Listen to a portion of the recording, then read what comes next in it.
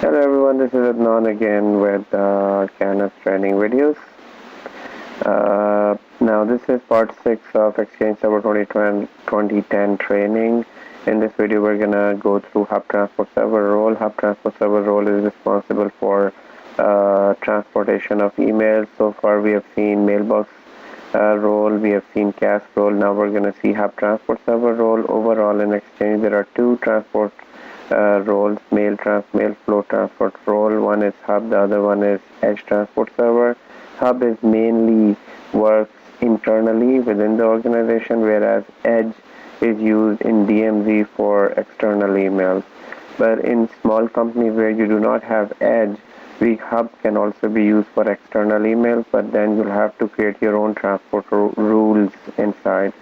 Now, hub transport server role, always remember, is responsible for transportation of email from exchange server, from mailbox to mailbox, from exchange server to another exchange server, from one organization to another organization, from internet to internal email, from internal to internet email, or external email. So basically, all types of transport is happening through hub. Now within Hub there are two things. There is one called messaging policies, and it has transport rules. Now messaging policies are used to kind of control and protect your email traffic. For example, you want to protect, first of all, messaging policies are required sometime by law for regularity requirements. And for example, the messaging policies would prevent inappropriate content from entering and leaving from your organization. It will filter confidential information, track and archive specified messages. Also, if your company has a disclaimers to attach to each message, this is again done through messaging policies. Now, secondly, transport rules. Transport rules are like if you want to set up. So, transport rules are like rules in Outlook. For example, you are receiving emails to your mailbox, but you want to send an automatic copy of that email to another person. We can create transport rules in Exchange.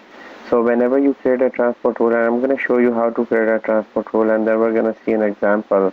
A transport rule consists of condition, exception, and action.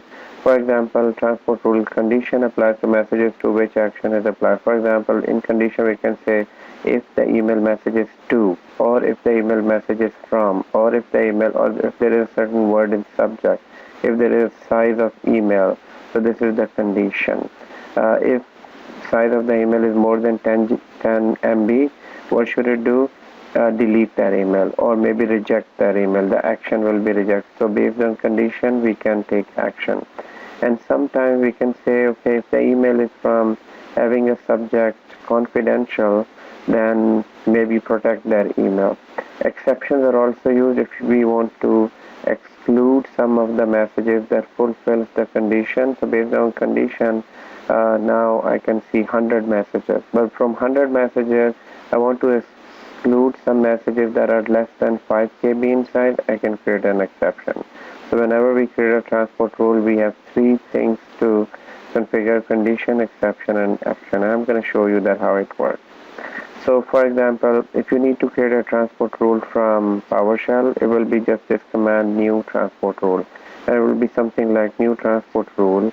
You can name it. For example, we're going to name it Canis TR1, transport rule 1.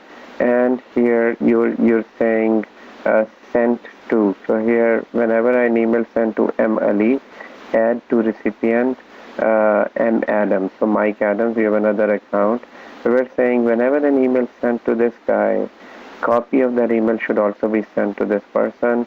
Exception: if the email is sent from administrator and sent to Emily, copy will not be sent to this guy. So this is exception. If we need to create the same rule from within Hub Transport Server, we need to go to EMC or organization configuration, Hub Transport, and rule, and we can create that rule. To verify the rule, we can log into O1. I'm going to show you that how it works. Now, Hub Transport Rule Exchange has two transport servers: Hub Transport Server, just like we discussed a minute back, and Edge Transport Server. Hub Transport Server is used for internal emails. whereas Edge Transport Server is used for external email. Now within the transport server there are two very important configurations. One is send connector and the other one is accepted domain. In very short terms, I'm not going to read all this to you. Send connector is used whenever we need to send out email to a certain domain. We must have a send connector. So all transport servers have connectors. They have send connectors, they have receive connectors. So all the Exchange servers have, for internal mail transfer, we don't see those connectors. Those all connectors, send connector, receive connectors are there, but they are hidden. They are known as implicit connectors. So for internal mail transfer, you do need send connector or receive connectors, but those are implicit, those are hidden, those are automatically working. You don't need to do anything for internal from one server to another server mail transportation. But whenever an email needs to be sent outside the domain, you must have a send connector, and later on we're going to check that out. And then send connector are configured like this. We're going to go here, organization, hub transport server, send connector, create a send connector. Then you have accepted domain. Just like send connector, we need to create an accepted domain. So if you need to accept anything from outside to your organization, you must create an accepted domain. So in the next video, we're going to see that we're going to send and receive email from another organization. So we need an accepted domain. Accepted domain is always required. Exchange server organization can accept messages for a particular email domain only if the domain is set up as accepted domain. Now, accepted domain are of three types: authoritative or authoritative, internal relay, and external relay. Authoritative is Exchange organization that hosts the mailbox. So basically, your own domain, you are authoritative for that. So canis.pri, I'm authoritative for that domain. Internal relay, I can receive message for another Exchange domain and then forward that message to another domain within my organization. External relays, I can receive emails for a certain domain in my Exchange, and then I'll send it to another organization, forward that all messages externally to another organization. In all these cases, one thing that is common is accepted domain. They're all accepted domain. Go into EMC, organization configuration, hub transport server role, accepted domain. We can create accepted domain for a certain domain that we own. That we own. So important thing is with accepted domain that you should own them, or maybe you should partner them. For example, in accepted domain, you cannot configure Gmail or Hotmail as an accepted domain as we don't own them. So let's now jump to our practical. So we can see Hub Transport Server under organization. We can also see Hub Transport Server under server. Under server, it does not have so many settings. It just have a receive connector. Now receive connector, it's a connector. Since it is a transport server, it is responsible to send and receive emails from from other Exchange servers. So under server configuration, it has only one setting, which is receive connector. Most of the time, we don't have to do anything on this server other than to select the authentication, but we'll leave it as is. We don't need to change. The only thing I need to allow is anonymous users access on a receive connector, especially in this test network.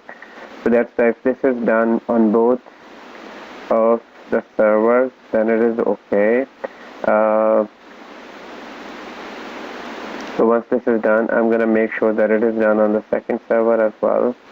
So that's the only thing we need to do in receive connector. Now most of our work will be done here. So sometime it stops responding. So most of the work will be done here. So within Hub Transport Server, first one is remote domain. Now remote domain does one function, and that is to deliver out of office messages.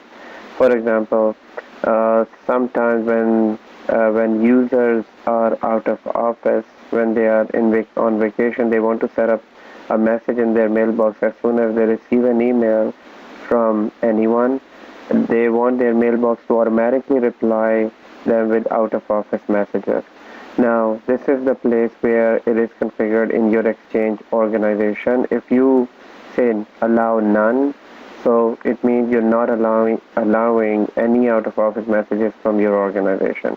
But we'll keep it to this so that it should be able to allow out of office messages to other emails to in reply to the emails that are sent to people who are on vacation.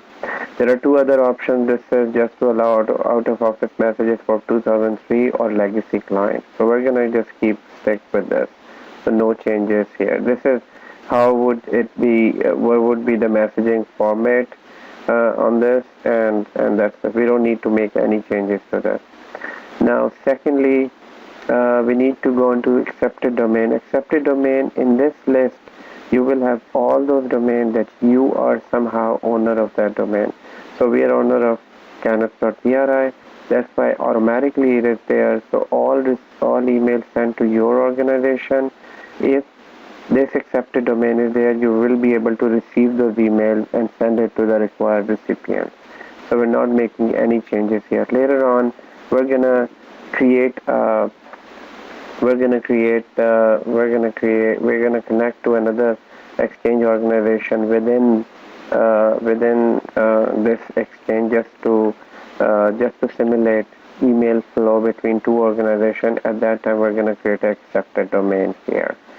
Now, within email policy, just like we discussed before, email actually in this is a policy that makes up your email address.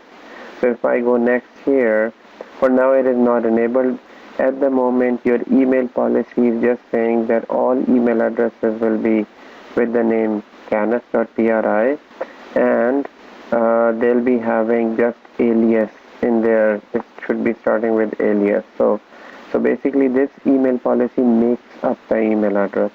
Now, if you need to make any changes to that email address, you can make changes to that. For example, let's say you want to make your email address to start with first name and last name, or you want to make your email address will be just the first name and initial, so J Smith or John or John S.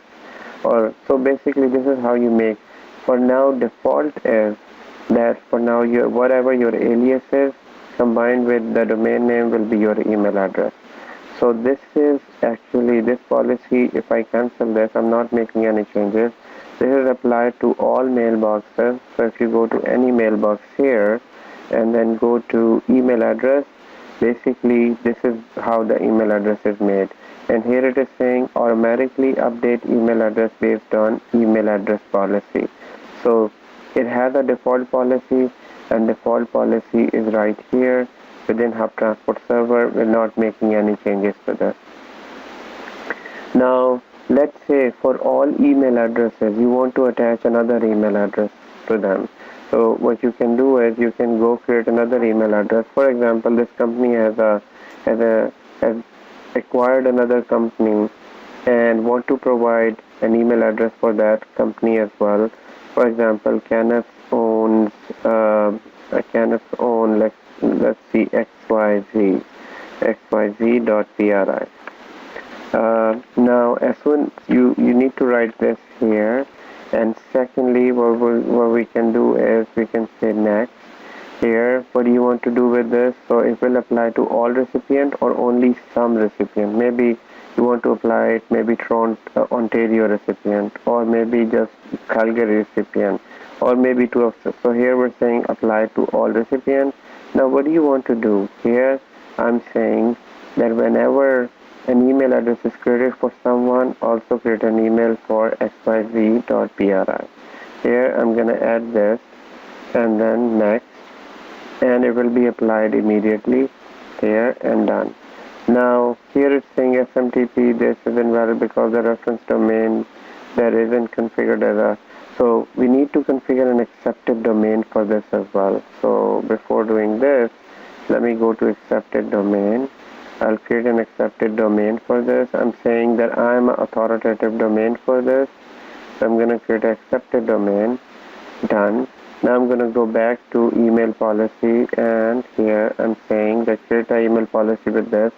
So all users will be having this extra address attached to their emails as well once this applies. So again, same thing. Here, create an email address with this, done. And this time, let's see if it can create. So it is created successfully. Now, once this is created successfully, all we need to do is go to the mailbox and right here. Now, if we check the email addresses, now we see automatically a second email address for each user. So, and likewise, if you want to give 10 email addresses to all your company users, they can use 10 email addresses. Now, we never created emails for them, but as soon as you go there, because policy applies to all of them, you would see email address for all of the users based on this policy here. So this is where email policy. Now your question might be, why would you need to provide 2 email addresses to one person?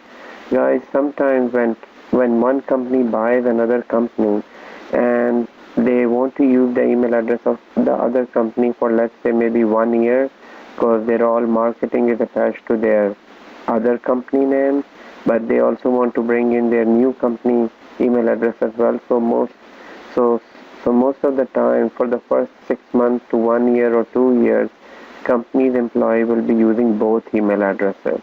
So in that case, now it will be difficult to go into each employee and give them second email address, although we can do that. Although I can go into each employee's email address and I can add a special email address. But then if there are 5,000 people, how can you do it at once? So in order to do it once, we can create a email policy here. So email policy is used to provide secondary email addresses for all your employees. And in order to create this, first you need to have accepted domain, meaning you should be an owner of that other domain. And secondly, you should create a policy. This policy, as soon as you create it, this policy will be applied to all users and you can see the email addresses given to them. Now, after this, there are some transport rules. Transport rules, we discussed that transport rules are rules that are used to kind of, if you need to edit the transport in any manner.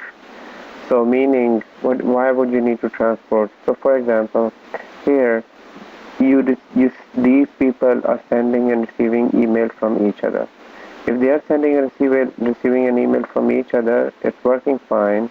And let's say I am logged in with Muhammad Ali here, and in this server I'm logged in with, let's log in here with another user.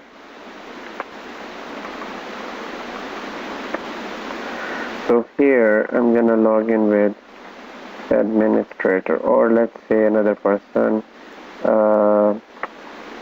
as header and the password is password. So here I'm logged in with a header, and on this server I'm logged in with Muhammad Ali. Now from here I'm gonna send an email to a header, and from here I'm gonna send email to M Ali. Now it's a bit slow. So if we send email to each other, normally it should go as required. So I'm going to send email saying C, and I'm going to send to this user, and on this side should be able to see that email, I received that. So from here I'm going to send an email to Ali, I'm Ali, going to say you, email is sent, and on this side you should be able to receive it. So I received it. Now in some cases where you need to have some special rules in place, for example, I need to do this, I need to kind of say that whenever any email communication happens between Ali and Heather, from Ali and Heather, a copy of that email should be sent to the administrator. So this is where we create transport rules. I mean, this is just one example. Transport rules can be of many. So this is what we're going to apply. We're going to say any email communication between Ali and Heather, a copy of that email should be sent to another person. And here I'm going to open the third person's email to see that if the copy goes to that person. Let's connect to another email address. Now in this example we're actually seeing Hub Transport Server in action. So here I'm logging in with administrator. The administrator is here. Now I'm going to send email from Ali to Heather. A copy will automatically be sent to this account. So let's do this. So all we need to do, go into Hub Transport Server, then go into transport rule. Here I'm going to say create new transport rule. Now within transport rule I'm going to name it copy to admin from Ali. So enable the rule. Here I'm going to say from people, so from people, and then select who. So I'm saying that whenever an email from Ali, oh actually it's now taking that wrong email address, so that doesn't exist, this won't work.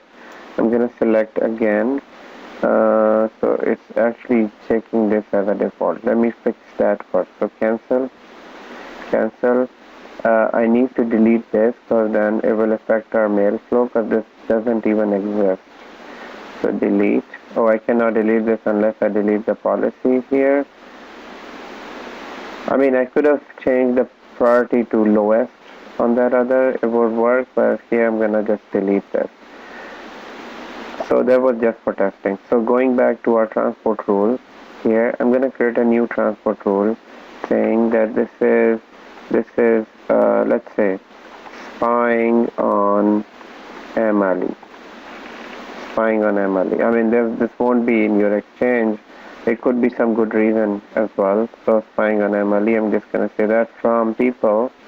Here I'm gonna say add Ali. So this time when I go, it takes the right email address. So okay. So from Ali, or we're gonna say sent to Ali. Any email that is sent to him or he sends it anywhere, we need to add that email. So okay, what is this? Hold on. So it is sent to Ali. Okay, done. So from him or sent to him, any types of email.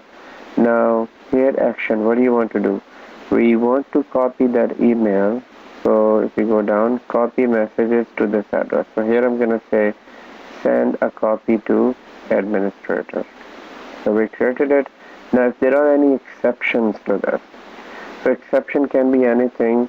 Let's say if the email accepts when the message is from people, here I'm going to say if the message is from, let's say, N. Nasir Shah, then do not send. So now it says any email that is sent from here or to this person, a copy will be sent here, but if the email is from N. Shah to Emily, the copy won't be sent. So we created that rule. It is being created, done. Now the rule is there. So now let's try it. So I'm gonna go here in Ali and go to new, and here I'm gonna say send it to anyone. Send it to F Heather, and I'm gonna say top secret and send. So it is sent, and here I can see this, but here in administrator this should be able to receive the top secret message as well if it is not sent. Now the administrator address is administrator@canis.pri. Let me see if this mailbox is working. So I need to send an email to itself. So sometimes mailbox itself is not working. So test. Yeah, it is working. Now why so top secret? So basically this is not sent. So sometimes you need to do hidden trial. So I'm gonna reply to Ali from S Heather, and I'm gonna say open and reply. I'm gonna say message received. Even this message should be copied. It is sent to Ali, should be automatically sent to administrator. So I sent a reply to Ali, and Ali basically received a reply saying message received. Now let's see here. It is copy is still not sent to administrator, and administrator's email address is, let's say it is administrator as kenneth.pri. Now let's check our transport rule here. So going to the server, transport rule is here. It is enabled. Right click, edit rule. Let's check that again one more time. Here is from people. So Muhammad Ali as this, sent to him, copy the message to administrator at PRI, except when the message is from this. So this is all good. Let's see if anything else is required. Sent a member of distribution list, random managed by sender, nothing. This rule should work.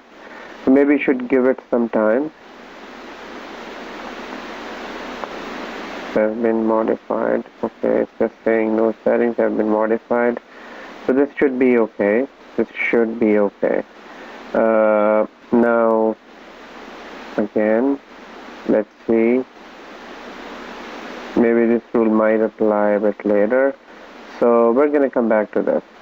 Now, just like this, we have transport rule. We can have general rule. So general rule is that if you need to send a copy of all messages to a certain mailbox. So for example, here I'm creating a general rule and saying that this is all messages, and I'm setting up a general account as administrator account, and here I'm gonna say send general reports to this. This will be just a report, and the email address will be this. So we're gonna see the reports, also all copy of all messages. So create it. Now general rule is created. This is for that any messages on this server in this organization, when they are sent from one user to another, copy will be sent to this. So let's try it. So here I'm gonna create a new message, sending it to, let's say N Shah, test account. I'm gonna say R, and it's sent to N Shah, and here a copy should be sent here. So basically I'm not receiving anything. Let me send a new email to M. Ali. Nothing is working. What's wrong with this? Yay. Okay, so send to M. Ali. Ali immediately received it, but here administrator is not receiving anything. Now I think there is something wrong with this account. So let me change the transport rule to another account. And here I'm gonna just sign out from this account. Open. Connect again. Or maybe let me try re-logging in. No, there is no use. So I'm gonna log in with Kenneth/N Shah and then log in with this account. So first time logging in, I do see that a message from Muhammad Ali is sent here, and here if I go in this, let me change my transport rule and saying that a copy should be sent to N Shah instead of administrator. So here I can say a copy should always be sent to this guy, although I'll leave administrator here as well. And so done. Do I have anything special in exception? What is an exception? In exception it says it's just this. Okay, that's fine. Now let me try again. Here let's send a new email from here, from M. Ali to S header, or from S header to MLE. So here I'm gonna say MLE and message is W, send, and we'll see here it receives that message, and here our transport rule is not working. Why transport rule is not working? Let's quickly check that out. So sometimes you might be stuck here as well. We're gonna say exchange 2010 transport rule not working. So transport rule not working. Let's quickly see if we can find in 1 minute. Here it's saying and here it's saying to add to this I get command. I've done pipeline and get transport agent. It's saying something. Here it's saying something as well. Verified if I create a rule but 7 ain't flexible. Then here that is what I have done. However, I want to go into this rule and also here it's saying environment you have to have transport server. No, this is not. So sometimes not all articles are sub transport rule not working.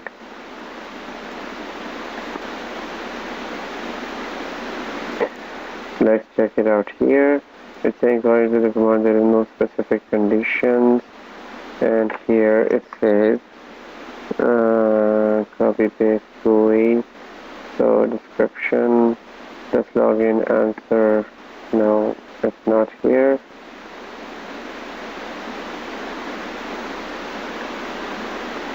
Transport rules. Here it's saying scope relationship. No, nothing. So you see many people are complaining about transport. So this is most of the time hit and trial.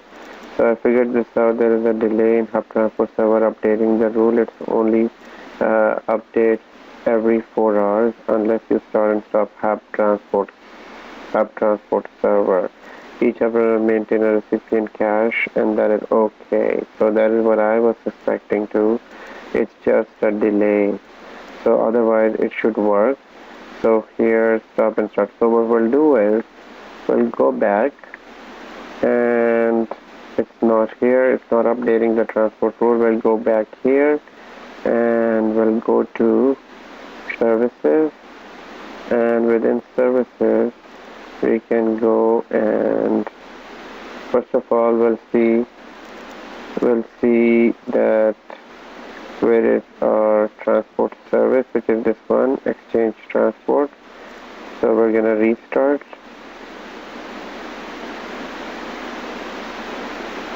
So this is restarted, and now let's send an email to MLE.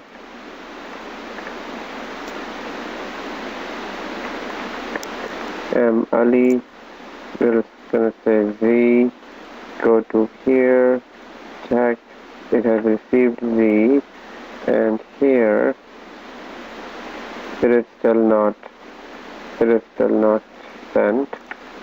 Let's go into this Hub Transport Server and restart the transport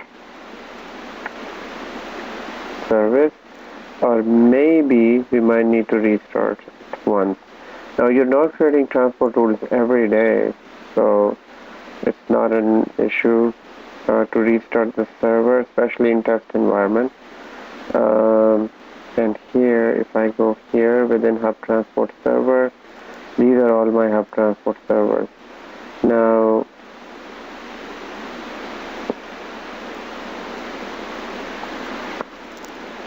so we'll wait for this. I think this is just a delay, otherwise our rule is all enabled. We have a general rule as well. Then we have send connector. Now send connector, accepted domain, you must be an owner of that domain, you should be ready to accept messages. Send connector, as we discussed, we must create send connector for external domains. So later on in the next video I'm going to show you email transportation from this organization to another organization, and we're going to create send connector. For now, just remember, we must have send connectors for whenever you need to send email out of your organization to another organization. Internally, email exchange between all the exchange servers. For example, I have 3 mailbox server and there will be many emails between this. This is all done through a send connector, but those send connector are invisible. They are known as implicit. So if somebody asks you where are the send connectors for internal email, they are already here. They are already working transparently, but we need a send connector for sending email out of this domain. Then we have Edge subscription. If you have a Edge transport server, this is where we connect Edge transport server with Hub transport server. Then you have global settings, and global setting contains some transport settings, which is basically in this complete exchange organization, the maximum receive size will be 10 MB, maximum send size will be 10 MB, and maximum number of recipients will be 5,000. 5,000. And then you have a transport dumpster that has the maximum size per mailbox will be 18 MB per database, and maximum retention time will be 7 days. Now this means that each hub transport server keeps a transport dumpster and the database size will be 18. Maximum retention time is 7 in this case. So this is what hub transport server is. In the next video, I'm going to show you hub transport server in action. So in which we're going to do a transport of email from one server to another. Thank you for watching this email. I'll see you in the next email. Thank you for watching this video. I'm going to see you in the next video. Thank you so much.